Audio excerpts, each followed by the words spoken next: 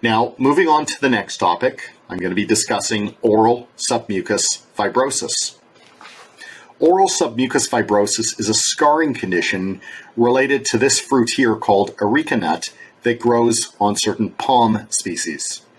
This is a close-up photograph of the fruit of the palm tree. This is the areca nut. In cross-section, the areca nut is that small brownish ovoid area. And this area is collected, this nut is collected, it's dried, it's crushed, it's mixed with a variety of herbs and spices and put on a betel leaf. And this is what I call betel quid or pon. Betel quid or pon is available in its more ornate form, as I've just showed you, but it's also available in these little packages.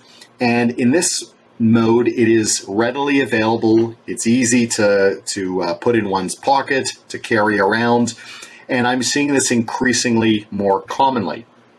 Although it used to be restricted to South and Southeast Asia, with globalization, this is something that I see at least once or twice a day, to the point that in my medical history, I usually survey, do you smoke, do you drink alcohol, do you chew betel quid?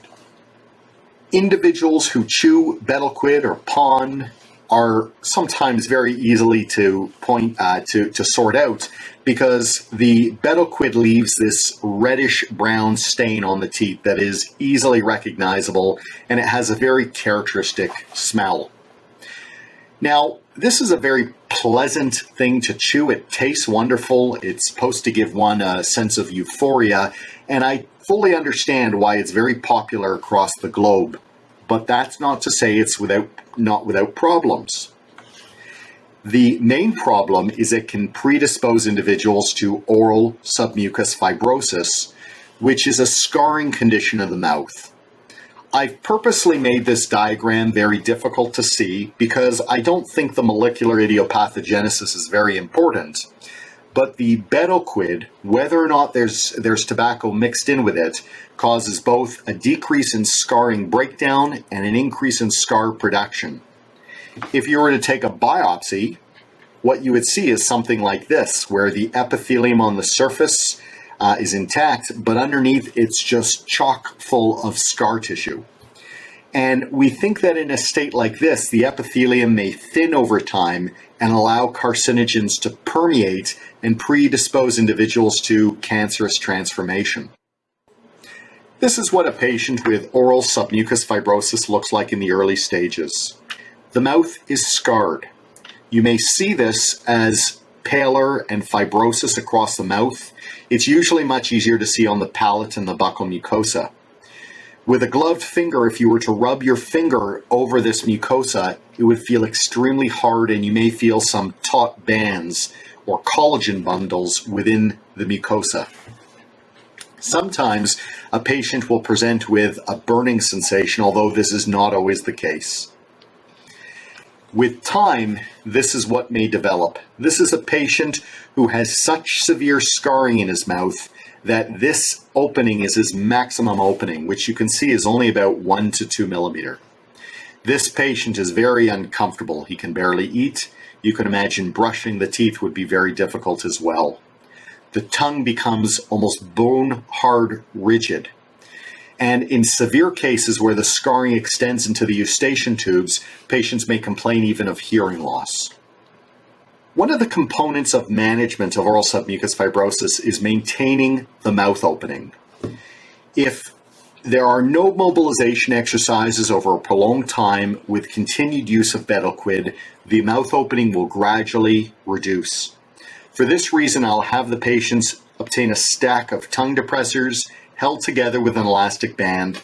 They'll hold this between their teeth, and this will maintain their degree of mouth opening. In more exuberant cases where their mouth opening is severely restricted, we will try things such as steroid injections and even surgery to debulk the scarring to facilitate mouth opening. Perhaps more important than the restricted function is that these patients are unfortunately prone to develop cancerous transformation. The risk of transformation is variable in the literature, but some studies show as high as 9% over 5 years. So this is quite high, and these patients require active surveillance. These are often what I describe as nightmare patients. What I mean by that is they're lovely people, but I can barely look in their mouth, and you can imagine if I need to take a biopsy, it's extremely difficult. Now, in a subset of patients, there will be conversion to squamous cell carcinoma. This often presents as an ulcer, and very commonly it presents on the buccal mucosa adjacent to where they held the betel nut. There are conflicting studies out there that talk about the behavior of cancers that develop with oral submucous fibrosis. Some studies say that these cancers are much less aggressive. Perhaps the fibrosis and scarring inhibits the vascularity and prevents the spread of malignant cells. In my experience, however, these cancers have behaved very aggressively. The patient here, for example, has a very large lesion affecting the posterior buccal mucosa. It's quite a large tumor, measuring about 5 centimeters. And based upon the Panorex, you can see that the cancer infiltrates into the ramus and is destroying as it infiltrates through the bone. There's a very unusual cantilevered bridge here that I will not comment upon any further, but you can imagine this patient required very aggressive therapy and unfortunately has had a very tough go at it. Now, I'd like to move on to another category of precancerous conditions, which is our leukoplakias and erythroplakias. These are terms that are often used, but oftentimes misused. And by the time we're done today, I want you people to feel very comfortable with these terms and their management. The reason being is that these conditions are often either misdiagnosed or mismanaged. This photograph here shows an example of a leukoplakia, an idiopathic white lesion on the side of the tongue. And in my own personal experience, I find that leukoplakias may be easy to recognize, but they're often not managed appropriately. So for example, this patient may have been told to come back in 6 months. We'll keep an eye on this, and obviously that was not the right approach. On the other hand, patients with erythroplakia, once recognized, they may be managed appropriately, but the crux of the matter is they're often mismanaged. The reason being is there are a myriad of different reasons for red lesions in the mouth. In the mouth, it's not infrequent to see inflammatory, reactive, or infectious conditions that are red. So erythroplakias, such as this red lesion on the gingiva here, will often be unrecognized. In this particular case, it was thought that there must be a defect in the tooth, for example, a fissure predisposing the individual to plaque accumulation. It didn't respond to debridement, and over time, the erythroplakia enlarged to the point that it was extensive. And unfortunately, this is a clinical scenario that I see not infrequently. Now, going back to dental school, if you were to hear or read about the definition of leukoplakia, you would hear that it's a white patch, it cannot be rubbed off, it cannot be classified as any other disease, and I've often found that this sort of definition is difficult to understand. What I tend to do is I tend to think that I'm explaining to my 6-year-old son. Now, I don't mean to be demeaning, but the way I would define a leukoplakia to my 6-year-old is I would say it's a white spot and I don't know what it is. And I think that definition can be understood by all. And here's a picture of a leukoplakia. This is a white spot on the floor of the mouth. I don't know what it is. It doesn't look like trauma. It doesn't look like candida. It doesn't look like lichen planus. This is best called a leukoplakia. Leukoplakias, again, are not rare, but they are not uncommon as well. I mean, I see these fairly regularly. There are some studies that say that in the population, it may affect 1 to 3% of the population. I think that that's probably too high. That would mean that 1 to 3 out of 100 patients have it. And I don't think you would agree with me that 1 out of 100 of your patients have leukoplakia. But again, I do think it's fair to say that there are many patients in our population who have this.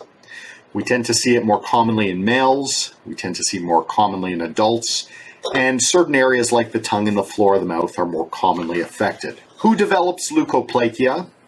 the most classic risk factors. We've all heard of this. We all know this from dental school. Patients who are smokers and who drink excessive alcohol, 3 to 4 to 5 drinks per day, are more likely to develop leukoplakias. There are some patients, however, who I see with these conditions who have never smoked, maybe have 1 glass of sherry once a year, and they still have this.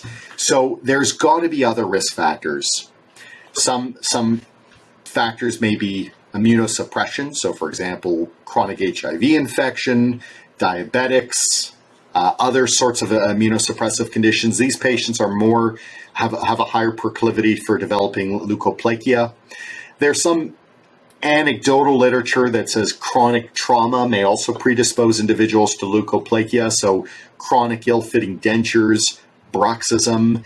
The literature is still a little bit dicey on this, but it is possible, especially for those individuals who are non-smokers, non-drinkers. The significance of leukoplakia is that leukoplakia, by definition, is precancerous. If you have 100 patients with leukoplakia, 2 to 3 of them per year will develop into cancer. I often see that in my cancer patients. So, for example, this is a patient who has a cancer on the side of his tongue. And if you look carefully in the background, you will see some leukoplakia.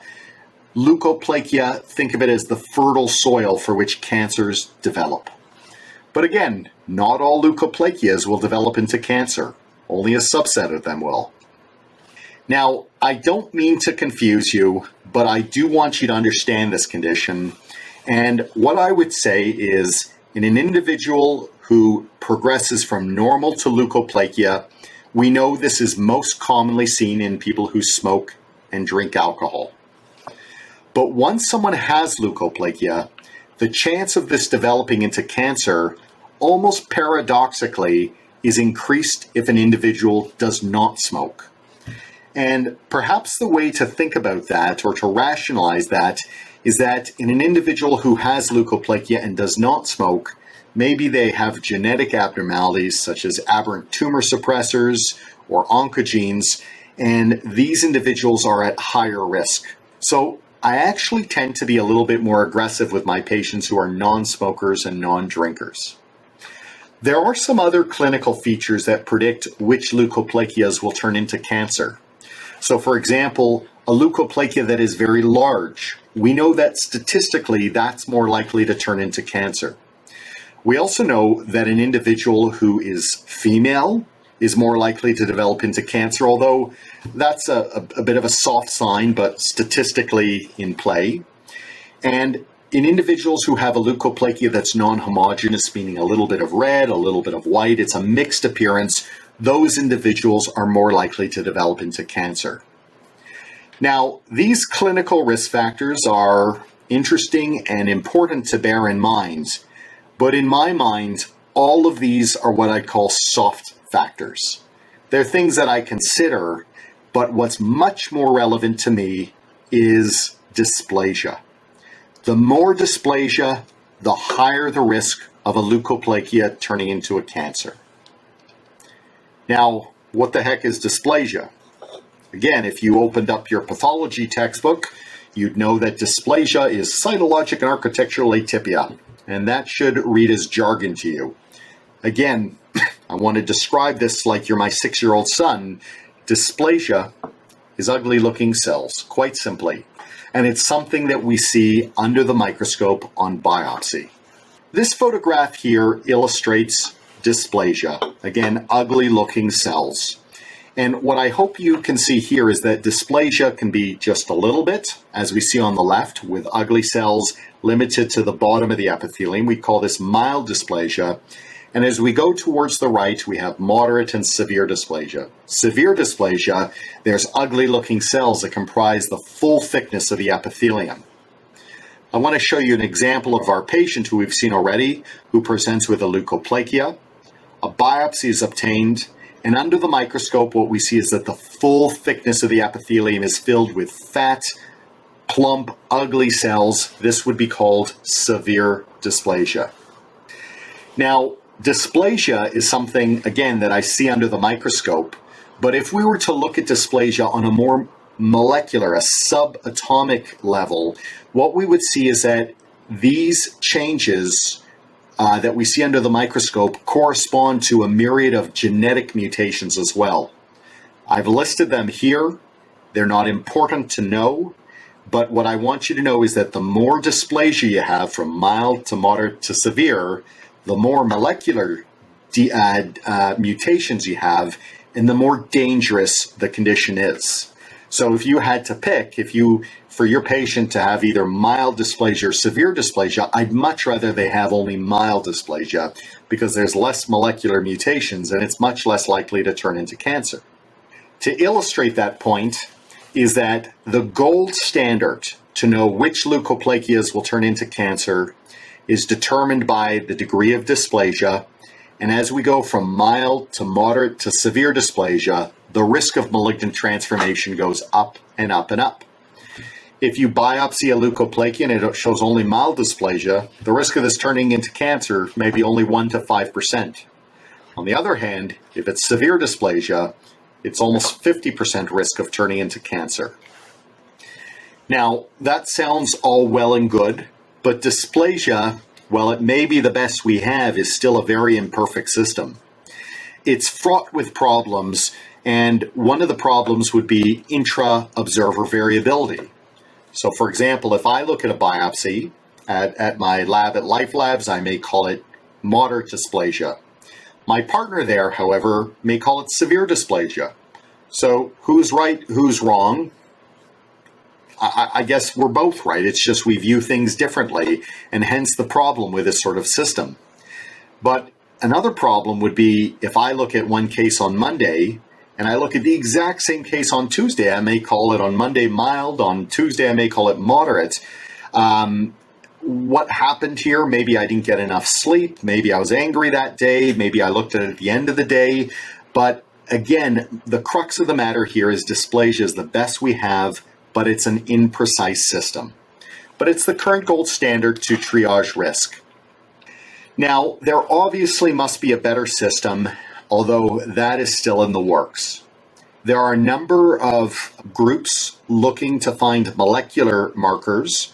In the photograph I'm showing you here, this is a molecular marker called S100.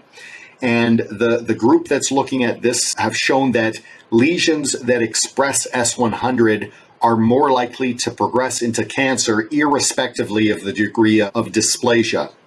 So again, this is still experimental. Time will tell if these sort of systems are actually functional, but I imagine in the next 50 years, we will not be using dysplasia to triage how we manage these sort of patients.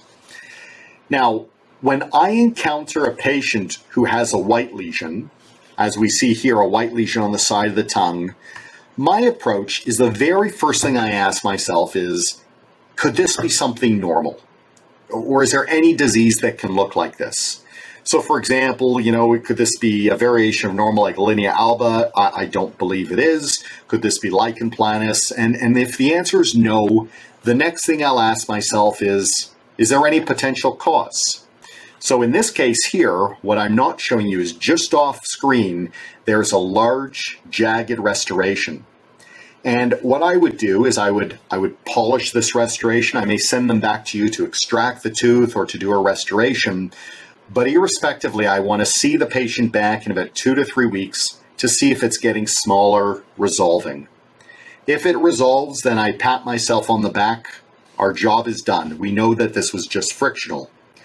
But if it doesn't resolve, well, it fulfills our 5-year-old, 6-year-old definition. It's a white spot. I don't know what it is. So now we would categorize it as a leukoplakia. On the other hand, if a lesion has no potential cause, there's nothing that can do this. It's not lichen planus. There's no source of irritation. On day one, I would say this is a white spot. I don't know what it is, and I would call it leukoplakia. Now, at this point, I would hope you understand that leukoplakia, again, by definition, is precancerous. The question is, how precancerous is it? And we judge that, again, in 2022, 2023, by how much dysplasia is there. So how do we manage a patient with leukoplakia? Every patient with leukoplakia should be biopsied to assess for the presence and severity of dysplasia. The way I would manage leukoplakia would really be predicated on the degree of dysplasia.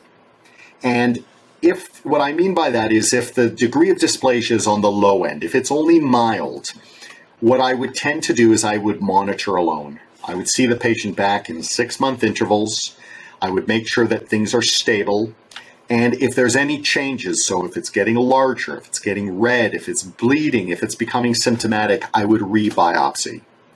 I would also try to address risk factors, try to eliminate carcinogens, encourage smoking avoidance, encourage alcohol avoidance too. Now, on the other hand, if our biopsy showed moderate to severe dysplasia, I would then advocate for ablation. I would want to remove the entire lesion if at all possible. This is an example of a patient who presents with a white lesion on the side of the tongue. It's a white lesion. I don't know what it is. It is leukoplakia. I will biopsy this on day 1. The biopsy in this case came back as moderate dysplasia. Ergo, this needs to be ablated. This is the middle picture here is the ablation photograph. The white lesion is removed with a healthy rim of normal. The tissue is left, the surgical bed is left to heal by secondary intention, and we can see a few weeks later it is healed very nicely. In fact, in this picture here, and this is not always the case, but you can't even tell we did something here. Now, I would make sure this material was submitted for pathology to ensure that all the moderate dysplasia has been removed. And I would tell the patient that we're still not out of the woods. These sort of lesions can come back. So this patient must come back. I would see them again in probably with high-grade dysplasia, 3 to 6 month intervals to ensure stable. And again, I would also try to eliminate risk factors like smoking and alcohol. Now, oftentimes, real life is at play. And while I said with mild dysplasia, I monitor, and moderate and severe dysplasia, I excise, there are some real-life factors here, such as this patient who presents with a very large leukoplakia across the palate. You can imagine that if a biopsy showed even moderate to severe dysplasia, removing this would be very difficult because it's quite large. And in these sort of cases, I may elect, with the patient's knowledge, to monitor alone. Another time that real life hits is if a patient says, if I recommend ablation and the patient says, I don't want surgery. Just like there's informed consent, there's informed refusal.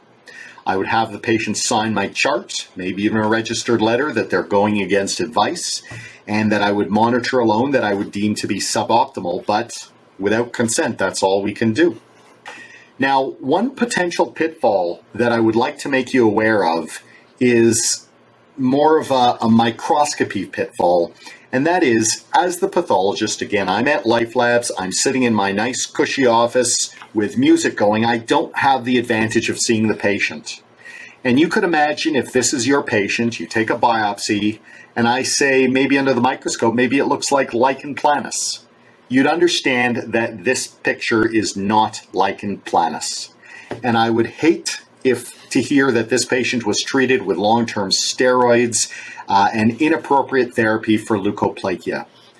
So the teaching point of this slide is if the clinical picture and the biopsy picture does not jive, please, please, please reach out to the pathologist. And between you and me, we will be able to figure out what's going on and to treat our patients appropriately. Now, we're at the home stretch of this refresher.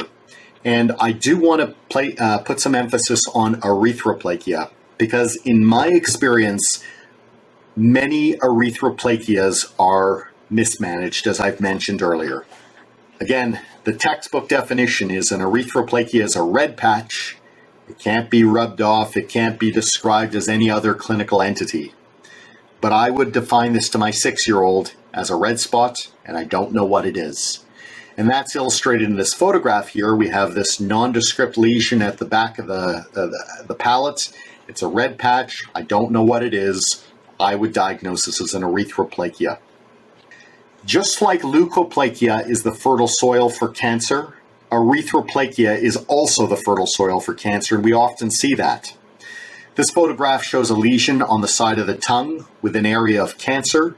And if you look in the background, there's a nondescript red patch, which is our erythroplakia.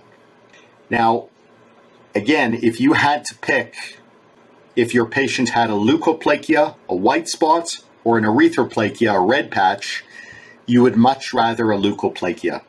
The reason being is erythroplakias are much more likely to harbor ugly cells, dysplasia. Most leukoplakias, when we biopsy them, will show mild, maybe moderate dysplasia. Erythroplakias, on the other hand, are much more likely to harbor severe dysplasia, if not already cancer. This is an example of a patient with an erythroplakia on the palate. I've obtained a biopsy here, and I promise not to quiz any of you on pathology, but any pathologist would look at this epithelium on the right and say, this looks ugly, this is severe dysplasia. In which case, we would recommend, similar to how we managed leukoplakia, we would recommend ablation of this. I've mentioned before that, this is Velscope, by the way, you're right to use it, you're right not to use it. I tend to use these systems in my practice, not because I use it for screening or in other words, to find these lesions, but I find them actually helpful in management. So this patient with erythroplakia, what I do is I shine the Velscope system on it, or Vislight, whatever system you have, and I can see the lesion characteristics much clearer. I can actually, with a marker, a surgical marker, put a dot at the edge of this, and then I can send the patient down the hall to my friendly oral surgeon with a request that they completely ablate or remove this lesion as best as possible. My approach to a red lesion is exactly the same to a white lesion. The first thing I ask is, could this be a variation of normal? For example, is this a vascular plexus, a blood vessel, what have you? If the answer is no, the next thing I ask myself is there any potential cause of this? When I look at the red lesion in the palates, I may get a superficial inclination. Maybe the patient burnt themselves. Maybe there was some hot cheese or some soup that injured this area. So what I would probably do is I'd say to the patient, let's see you back in a few weeks and reassess. In a few weeks, if this is still there and it's a red lesion and I don't know what it is, it would be diagnosed as an erythroplakia. And if, just like with a leukoplakia, an erythroplakia must be biopsied.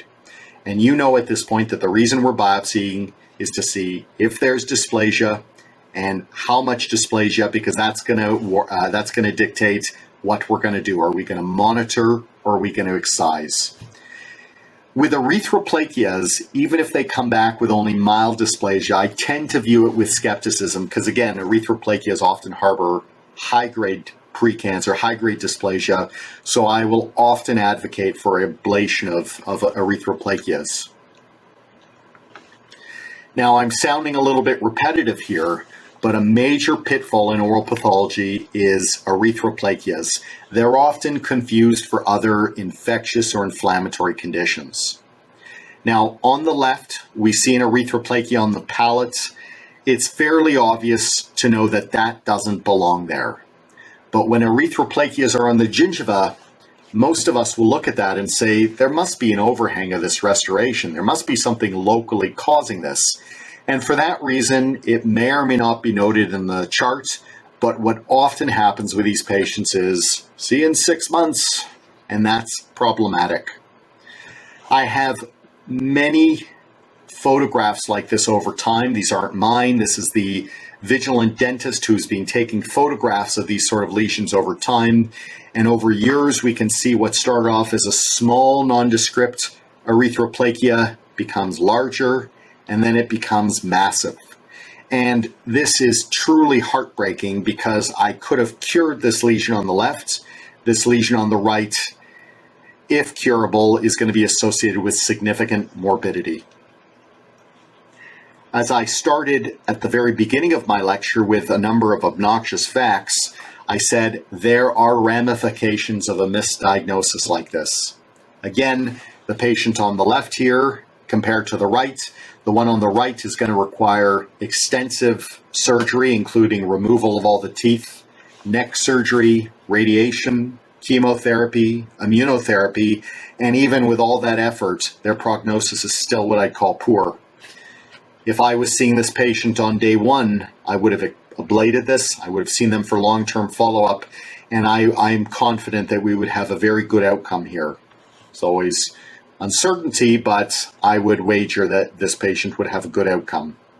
I'm going to continue with my obnoxious facts, and this next fact I have for you is a blank statement here, and that is, if I was to survey you and ask you what is oral pathology, I think you would say that, boy, I've just seen a number of scary, dangerous lesions. Oral pathology is important.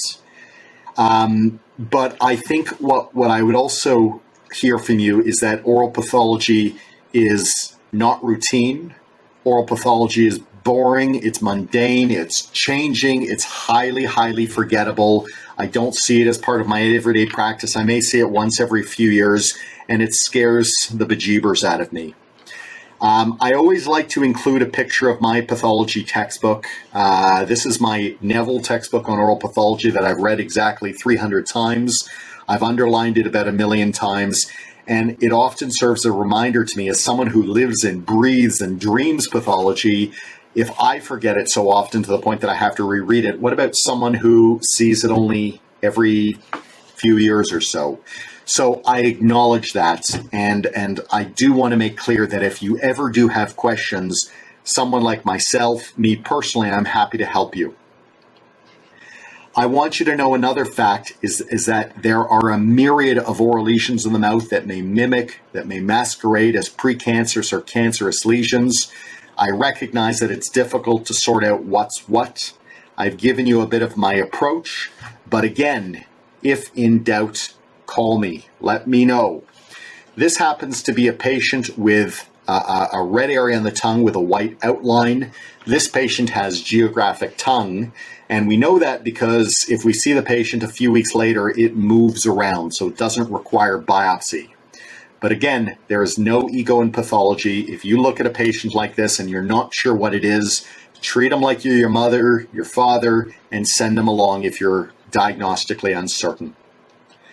And just to rehash, just to emphasize, if in doubt, reach out. Us oral pathologists, we're real life people. What's most important is our patients receive the best care possible. Please let us know if you'd like us to see your patient or if you'd like to problem solve any difficult cases. I have my email here at Sunnybrook, hagen.klieb@sunnybrook.ca. I'm happy to help you if you have any questions. If you'd like me to see your biopsies, I'm happy to see them at Life Labs. More importantly, keep safe, keep well, and know that I'm here if you need me. I thank you so much for your attention. The fact that you're here spending your day learning about oral pathology tells me that you give a damn and want the best care for your patients, and I thank you for that as well. Be well, keep safe. Thank you.